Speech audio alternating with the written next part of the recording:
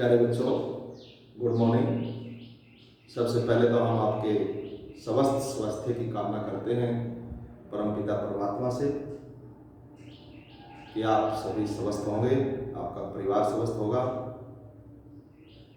और परमात्मा सभी को स्वस्थ रखे। हम ऐसी हाथ जोड़ करके परमपिता परमात्मा से उम्मीद रखते हैं। अब हम बात करेंगे हमारे सिलेबस की +1 इतिहास का लेसन नंबर 3।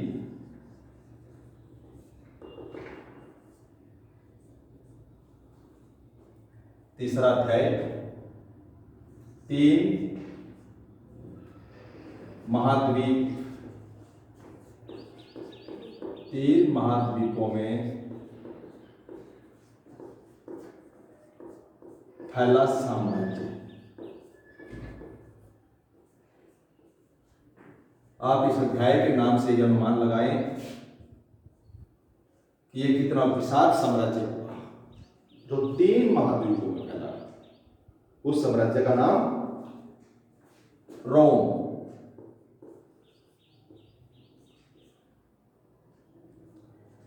आज हम रोम साम्राज्य के बारे में जिक्र करेंगे कि रोम साम्राज्य 3 महाद्वीपों के अंदर फैला हुआ था। सबसे पहले तो हम आपको ये बताएंगे कि वो 3 महाद्वीप कौन से हैं, जिनकी धरती पर, जिनकी जमीन पर, जिनकी भूमि पर, जिनके क्षेत्र पर रोम साम्राज्य ने इतना विशाल रूप धारण किया। वो 3 महाद्वीप एशिया, अफ्रीका और यूरोप। एशिया, अफ्रीका और एशिया, अफ्रीका और यूरोप। इन 3 महाद्वीपों के अंदर रोम साम्राज्य फैला हुआ था। जैसा कि नाम से ही आपको आभास हो गया होगा कि 3 महाद्वीप कौन से हैं, एशिया, अफ्रीका और यूरोप, जहां पर रोम साम्राज्य फैला। अब हम बात करेंगे कि रोम साम्राज्य कहां पड़ता है। जब हम संसार का मानचित्र आपको बताएंगे तो उसके अंदर इटली के मध्य रोम नगर स्थित है। रोम नगर इटली की राजधानी भी है और बहुत विशाल क्षेत्र पर फैला हुआ यह साम्राज्य है और एक से एक महान राजवंश ने वहां पर राज किया, जिसके कारण अपनी सीमाओं का विस्तार होता गया और रोम साम्राज्य एक विशाल रूप धारण करके इस दुनिया के सामने उभरा है। तो अब हम बात करते हैं कि रोम साम्राज्य की जानकारी के स्रोत क्या है, सोर्सेज क्या है। जानकारी के सोर्सेज, रोम साम्राज्य की जानकारी के सोर्सेज। नंबर 1, पाठ्य सामग्री।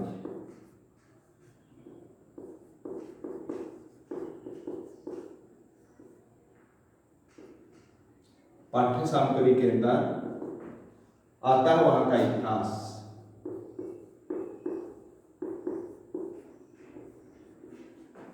पत्तर और व्याख्यान। बड़ी बड़ी वार्तालाप, पत्तर, इतिहास और व्याख्यान। वहां पर प्रतिवर्ष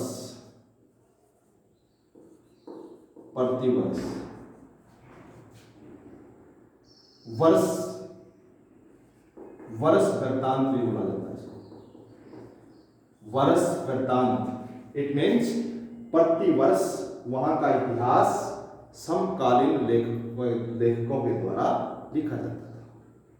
हर रोज की गतिविधि, चाहे वो शासक से संबंधित है, चाहे किसी अधिकारी से संबंधित है, चाहे किसी सेना के जवान से संबंधित है, चाहे किसी किसान से संबंधित है, चाहे किसी दास से संबंधित है, प्रतिवर्ष का ब्यौरा इस पाठ्य सामग्री के अंदर लिखा जाता था। तो ये पहला था हमारा पाठ्य सामग्री के अंदर इतिहास की वहां की जानकारी, पत्तर और व्याख्यानों के बारे में। नंबर 2 आता है प्रलेख।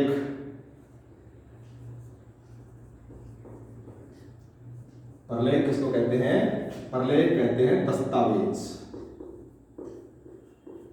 दस्तावेज इट मीन्स दस्तावेज। इसका मतलब था वहां पर एक पैपायरस, पैपायरस नाम का एक पौधा नील नदी के किनारे उगा। वहां पर बहुत से ज्यादा पौधे थे जिनको पैपायरस कहा जाता था। सरकंडे की कलम,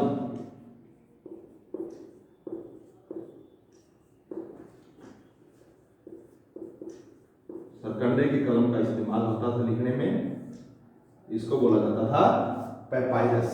प्रलेख, दस्तावेज मिट्टी की गिल्ली पट्टिकाओं पर, इन पर लिखा जाता था। मिट्टी की गिल्ली पट्टिका,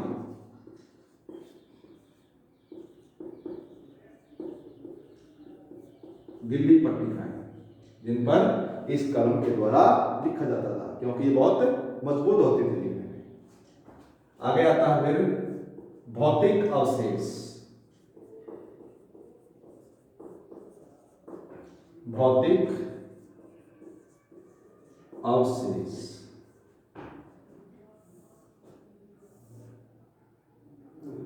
भौतिक अवशेष के अंदर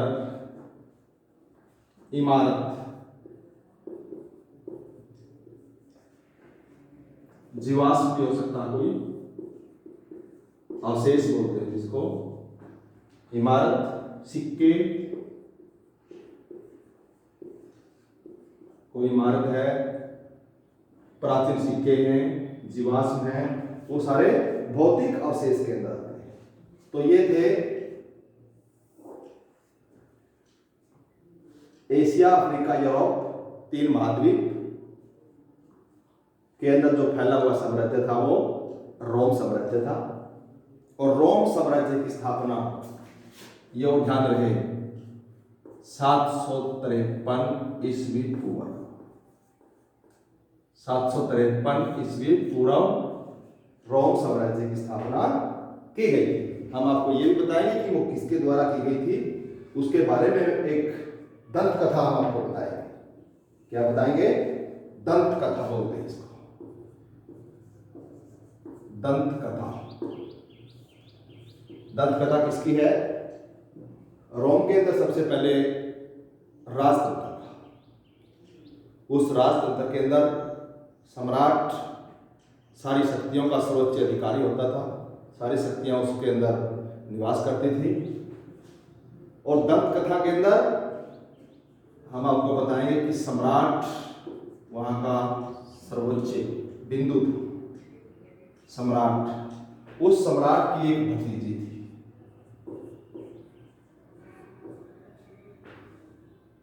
उसके 2 नवजात शिशु थे। किसके थे नवजात शिशु? सम्राट की भतीजी के। और वो नवजात शिशु, सम्राट ने सोचा कि ये कभी बड़े होकर के राजगद्दी प्राप्त करने के लिए तेरी हत्या न करें।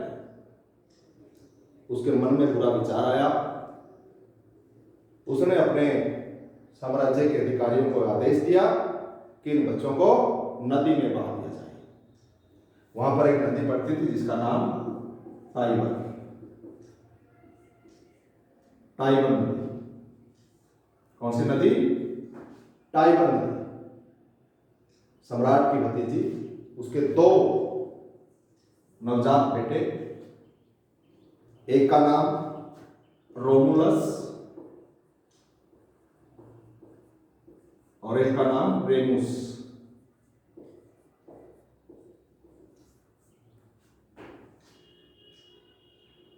अब उन अधिकारियों ने क्या किया? इन दोनों बच्चों को एक टोकरी के अंदर, इसके अंदर एक टोकरी के अंदर डाल लिया और नदी के अंदर बहा दिया। नदी के रास्ते में किसी वृक्ष की टहनी से वो टोकरी अटक गई और वहां पर उन बच्चों को बचा लिया गया। एक गडरिये ने बच्चों को बचाया, उनका पालन पोषण किया, उनको बड़ा किया, बड़े होने के बाद इन दोनों ने बगावत की। बगावत किसके खिलाफ की? इस सम्राट के खिलाफ। किसके खिलाफ की बगावत? इस सम्राट के खिलाफ, जिसने इनको नदी के अंदर फेंकवाया था, नदी के अंदर बहाने का आदेश दिया था। बगावत कर दी। बगावत के बाद इसकी हत्या भी की गई इन्हीं के द्वारा। फिर इन दोनों भाइयों में आपसी विवाद हो गया। विवाद किस बात को लेकर के? राजगद्दी को लेकर के। राजगद्दी को लेकर के और एक नगर बसाने को लेकर के, कि जो रोम नगर है वो कहां पर बसा जाए, इस बात को लेकर के दोनों में विवाद छिड़ गया। फिर क्या हुआ? इस रोमुलस ने अपने इस भाई की हत्या कर दी। रोमुलस ने रेमुस की हत्या कर दी और रोम नगर की स्थापना की गई। किसके द्वारा की गई? फिर रोमुलस के द्वारा की गई 753 ईस्वी पूर्व। 753 ईस्वी पूर्व में रोम नगर को बसाया गया। इसके द्वारा? रोमुलस के द्वारा। तो ये एक रोम के बारे में दंत कथा है।